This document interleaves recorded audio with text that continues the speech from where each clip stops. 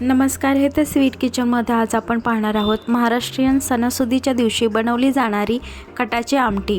याला नुसतं आमटी देखील म्हटलं जातं। तर ही येळवणीपासून बनवली जाते आमटी आणि खूप टेस्टी होते। जेवढी आपण आट्टासाने बनवू तेवढी ती छान होते आमटी आणि खायला मस्त लागते। तर अशीच आमटीची रेसिपी आज आपण तुमच्यासोबत शेअर करणार आहोत। तर व्हिडिओ एंडपर्यंत पहा, स्किप करू नका आणि मस्त तरीदार हे आमटे होते। व्हिडिओवरती नवीन असाल तर चॅनलला सबस्क्राईब करा। चला तर आपण रेसिपी स्टार्ट करूयात। इथे मी सगळ्यात पहिलं तवा गरम केलेला आहे आणि त्यावरती खडे मसाले भाजून घेत आहे। खड्या मसाल्यांमध्ये लवंग, काळी मिरी घालायची आहे आणि थोडीशी दालचिनी।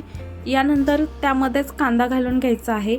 तर कांदा पहिल्यांदा सुक्काच भाजायचा आहे। कांद्यामुळे आमटीची टेस्ट आणखी वाढते। तर कांद्यामध्ये तेल टाकून हे भाजून घ्यायचं आहे गुलाबी कलरवरती। कांदा भाजून झाल्याच्या नंतर हे एका प्लेटमध्ये काढून घ्यायचं आहे। कांदा भाजून झालेला आहे आणि तो काढून घेतलेला आहे। नंतर आपण ओलं खोबरं घेतलेलं आहे इथे आमटीसाठी। तुम्ही सुकं खोबरं देखील घेऊ शकता। ओलं खोबरं मी इथे अर्धा वाटी घेतलेलं आहे, ते पण भाजून घ्यायचं आहे। हा पण मसाला तेल घालून भाजून घ्यायचा आहे आणि त्यामध्ये लसूण आणि अद्रक घालायचं आहे। 10 ते 12 लसणच्या पाकळ्या घातलेल्या आहेत आणि 1 ते 1.5 इंच अद्रक घेतलेला आहे। तर अद्रक, लसूण आणि खोबरं एकत्र भाजून घ्यायचं आहे। खोबरं थोडं भाजत आले की मग त्यामध्ये घालायचे आहेत 2-3 हिरव्या मिरच्या। तर तुम्ही इथे फक्त हिरव्या मिरचीची आमटीसुद्धा बनवू शकता। यामध्ये आपल्याला मग धन, सगळे खडे मसाले आणि मिरची, लसूण हे सगळं एकत्र भाजावं लागेल आणि मग ते वाटण करायचं आहे। हे सगळं मसाला भाजून झाल्याच्या नंतर एका प्लेटमध्ये काढून घ्यायचं आहे। भाजून घेतलेला मसाला थंड करून घ्यायचा आहे। सगळं एकत्र आपण मसाला भाजून घेतलेला आहे। हा मसाला सगळा आता मिक्सरच्या वाटीमध्ये घ्यायचा आहे। तर यामध्ये घालायचे आहे कोथिंबीर अर्धा वाटी घेतलेली आहे इथे। यानंतर जिरं घालायचं आहे, 1 टीस्पून जिरा घातलेला आहे। यानंतर हाफ टीस्पून हळद घालायची आहे। त्यानंतर चवीनुसार मीठ घालायचं आहे, अगदी थोडं मीठ घातलं तरी चालेल। हे सगळं मिश्रण वाटून घ्यायचं आहे। इथे बघा मी येळवणी काढून घेतलेले आहे आणि 1 टीस्पून जिरं घेतलेलं आहे फोडणीसाठी, 1 टीस्पून मोहरी घेतलेली आहे, चिमूटभर हिंग घेतलेला आहे आणि कलरची मिरची पावडर घेतलेला आहे 1 चम्मच। यानंतर गरम मसाला 1 चम्मच घेतलेला आहे, कढीपत्ता आणि वाटलेलं वाटण आहे आणि यानंतर तिखटवाली लाल मिर्च घेतलेला आहे किंवा तुम्ही घरगुती मसाला वापरला तरी चालेल। आता इथे आमटीसाठी तेल जास्त घ्यायचं आहे। टोप गरम केलेलं आहे, त्यामध्ये तेल ओतलेलं आहे, जास्त तेल ओतायचं आहे। यानंतर पहिल्यांदा मोहरी घालायची आहे फोडणीसाठी।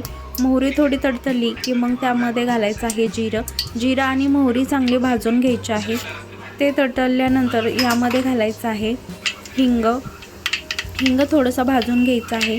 यानंतर त्यामध्ये घालायची आहे कलरची मिरची पावडर आणि कलरची मिरची पावडर थोडी भाजल्याच्या नंतर मग तिखटवाली मिरची पावडर घालायची आहे आणि हे मसाला थोडासा भाजून घ्यायचा आहे। थोडा भाजत आल्यानंतर मसाला यामध्ये घालायचा आहे गरम मसाला आणि कढीपत्ता घालायचा आहे आणि वाटलेलं वाटण घालून हे मसाला भाजून घ्यायचा आहे। 2 ते 3 मिनटं मसाला भाजून झाल्याच्या नंतर आता इथे तुम्ही जर डाळ ठेवली असेल तर ती पण वाटून या मसाल्यामध्ये घालू शकता। मग यामध्ये येळवणी ओतायची आहे, येळवणी सगळी ओतायची आहे। जर तुम्हाला जास्त घट्ट वाटत असेल तर त्यामध्ये तुम्ही गरम पाणी ॲड करू शकता।